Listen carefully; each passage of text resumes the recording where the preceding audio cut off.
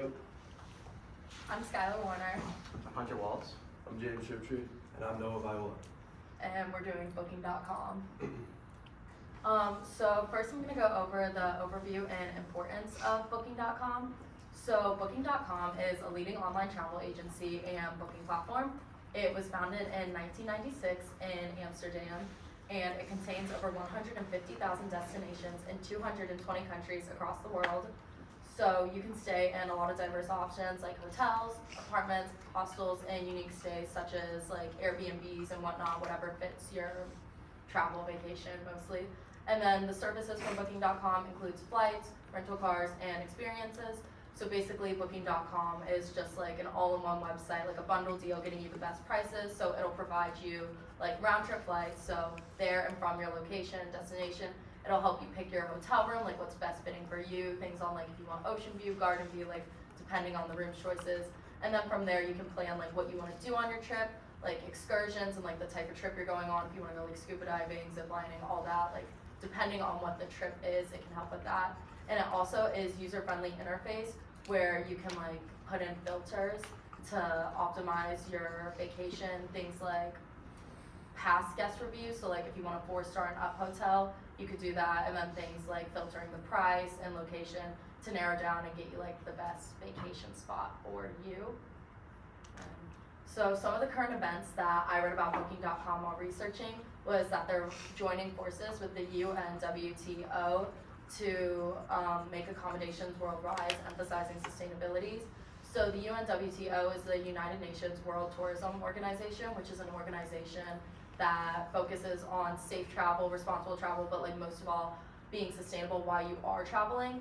So the courses that they're going over for these topics are community engagement, energy use, food use, and water usage.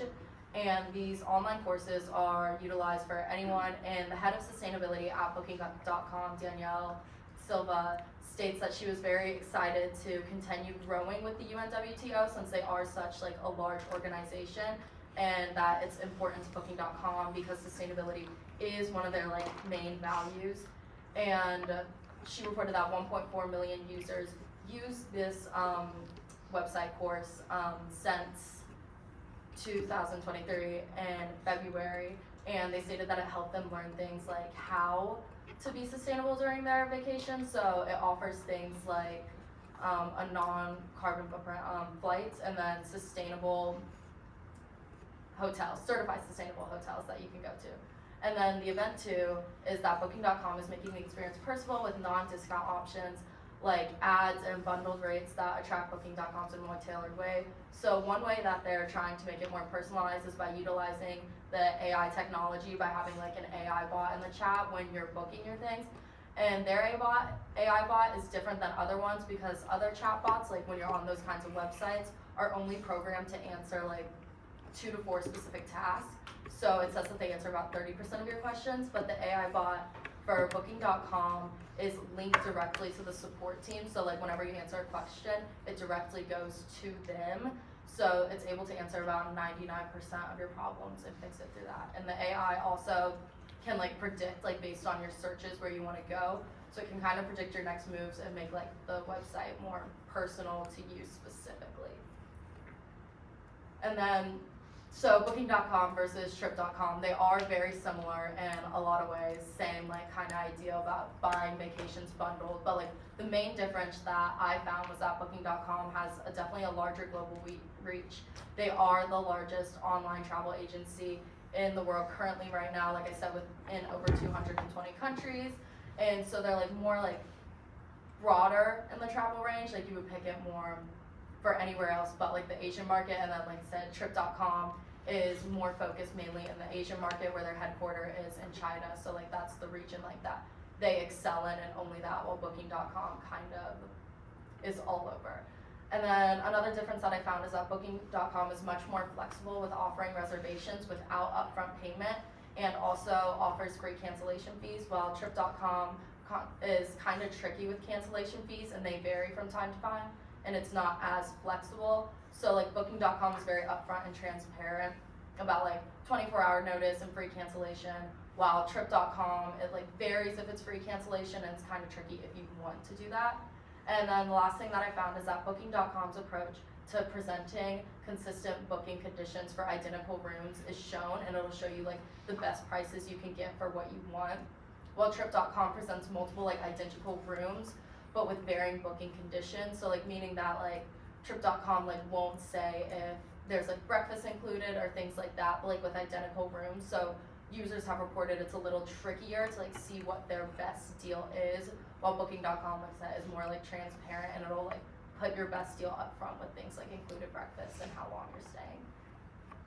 Okay, I'm Hunter Walls, and I'm going to be talking a little bit about the financial statistics of Booking.com over the last 5 to 6 years, as well as talking a little bit about their response to the COVID-19 pandemic. First, we're going to look at gross bookings.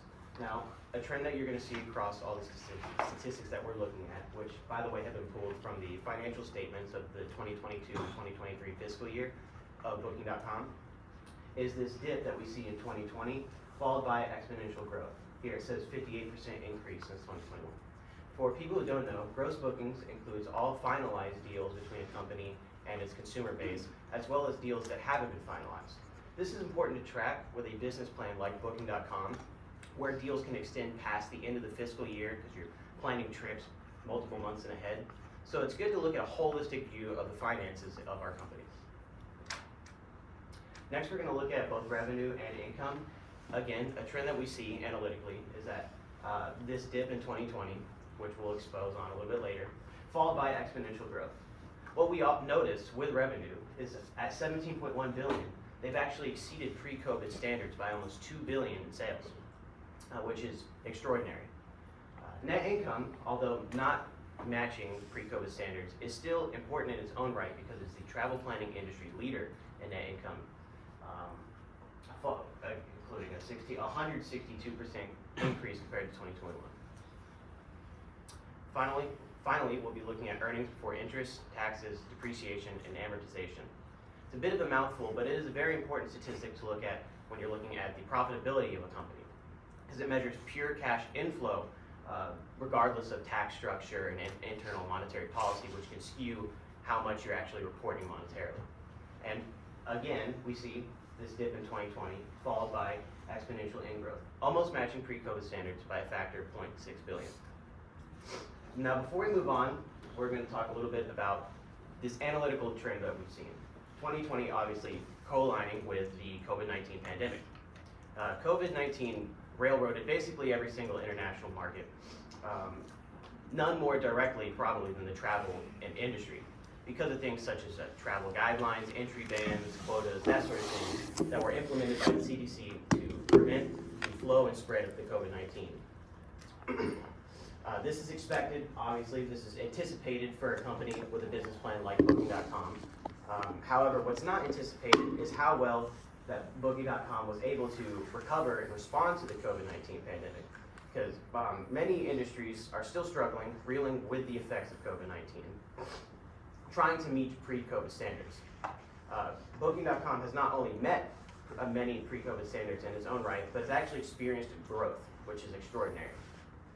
Before we move on, if you would, please discuss with a neighbor for about a minute instances you've experienced with different companies post-COVID, maybe differences in quality, challenges you've experienced with different industries. It doesn't have to be the travel industry, it can be any, but just any changes in quality, and then we'll meet back. Ordering food got better. DoorDash got better. Yeah, dude, DoorDash got better. Man, it does.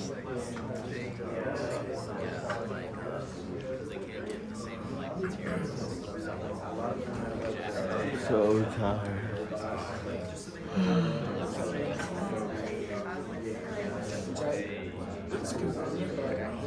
So like you go to this Korean their thing on Wednesday or Tuesday, and you take a picture and submit it. What does that come towards after learning?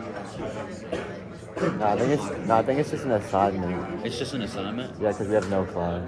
So I think that's like our class thing. And then the reflections, like the extra credits. I'm just doing the reflection. Grade is tomorrow too. Yeah, it's Tuesday and Wednesday. Both 11 to 3. Yep. Do you know what time? 11 to 3. Both days. Y'all better wear suits too, right? I don't know. All right, let's reel it back in. Probably. If anyone would like to share any experiences they've had post-COVID with different industries, we can have a little dialogue about that.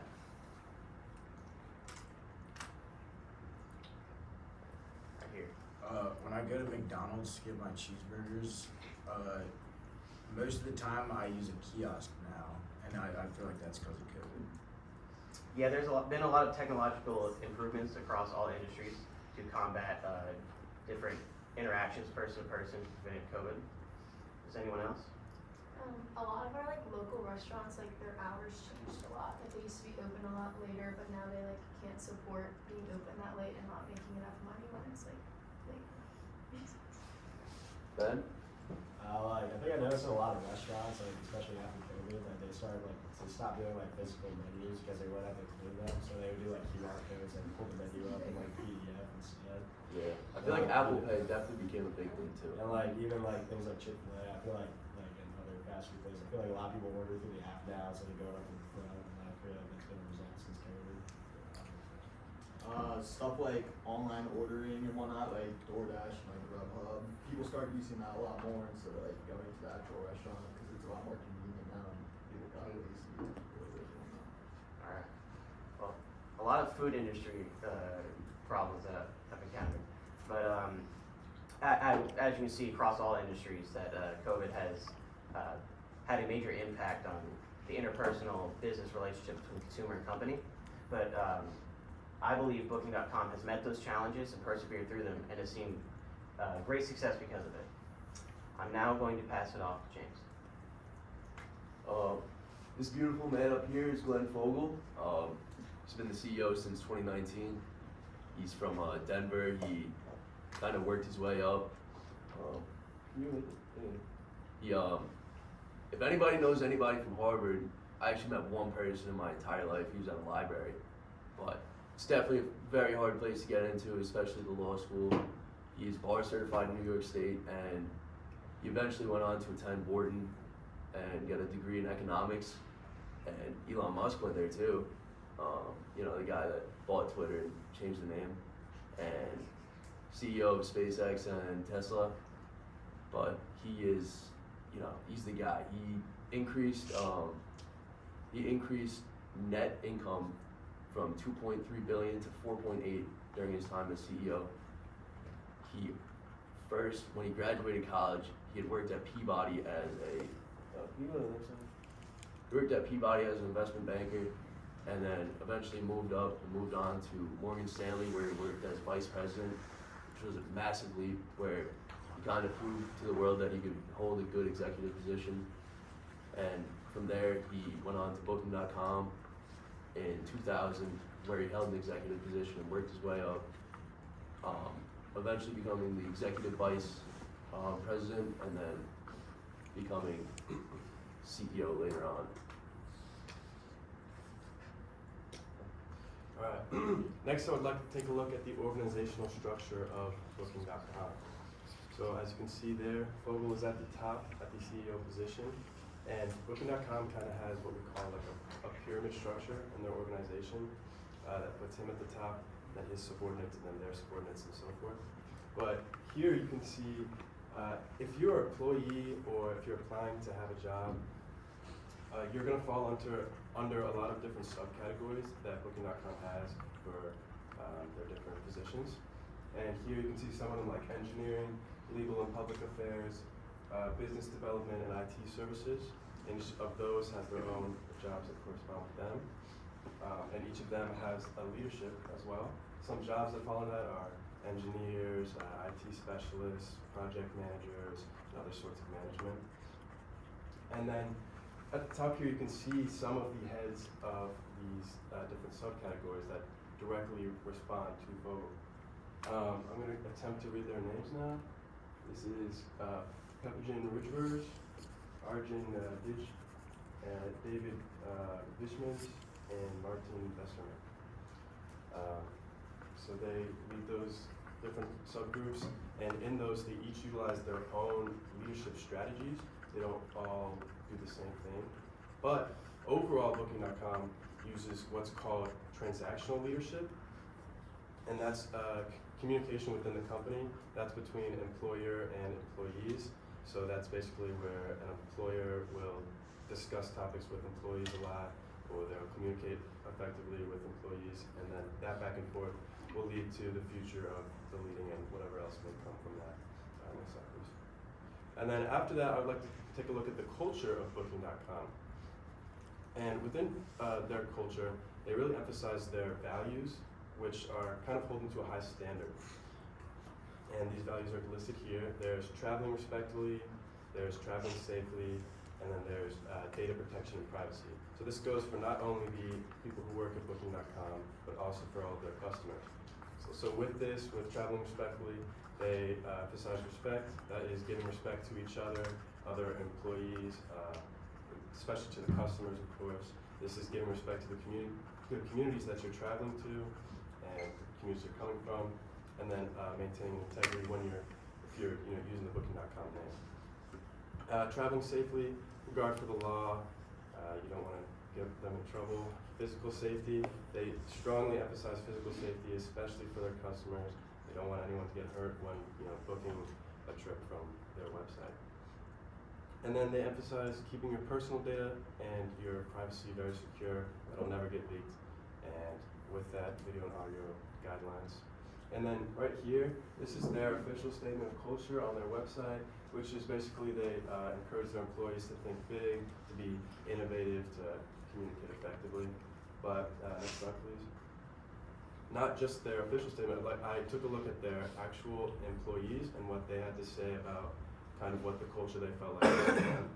And through that, I heard the most important thing seemed to be effective feedback and effective communication. And with feedback, I found a very specific thing that I thought was very intriguing. And that's basically they utilize a lot of motivational feedback and a lot of developmental feedback. So motivational feedback is the type of feedback where you encourage one another, basically the way you would hype someone up. So encouragement, basically like what you're doing good, continue to do this. And then developmental feedback is when you dive into their project and say, hey, you can improve here, or hey, you can do this. So what they do is they utilize a 4-to-1 ratio of that. So they would do 4 motivationals, and this is between employees in order to just encourage each other, not even management to employees. They'll use 4 motivational feedbacks, and then with that 1 developmental. So if you are getting 1 negative about your project or whatever you may be doing, then you also receive like 4 good things that you're doing. I think this is a very good strategy. This really like emphasizes employees to work together and grow as a team. And I think that each of us, maybe in our next projects or just in our future lives, could totally like use this strategy, keep this in our mind when you're communicating with each other. It's a great way to encourage your coworkers or your friends or whatever. And then, in conclusion, we believe Booking.com is an easy and effective way to travel. If you have seen their website, it's easy for you to navigate. It's easy for you to book and plan a trip. They are currently actively growing. They are working to improve their company. They're working to improve their employees. As you can see from earlier, they stand out highly against their competitors. They're one of the best in the industry, and they're continuing to grow in both number of employees and improve their revenue amounts. And they have strong leadership, as James pointed out, and they have leadership teams, and the organizational structure allows them to have great communication and growth. And with this, their culture is strong and will allow them to continue to grow and thrive. So we really emphasize that. So together, we believe that Booking.com is a thriving company that anyone should go to first if they plan on traveling. Maybe you guys could use it for your spring break plans if you haven't made them yet. That's all. Next questions? Alright, I wanted to ask you guys, how many of you have had a bad travel experience? This is probably all of us. Your hotel gets canceled, your flight gets canceled, you're stuck in the airport for like hours. Booking.com does their best with the AI bot to just help you out, try to get you a flight as fast as possible. They can get you some refund, they fight for it, and they try their best. And I also wanted to know, how many of you guys are going away for spring break? Yeah, it's a lot of you. Any of you guys use Booking.com? Alright. Well, yeah, it would definitely be a lot easier. It takes maybe 20 seconds to put in how many people you have, where you're going, and where you want to go, or where you're coming from, and it'll show you the cheapest prices in the row, and comes up very quick and effective, and yeah. Thank you.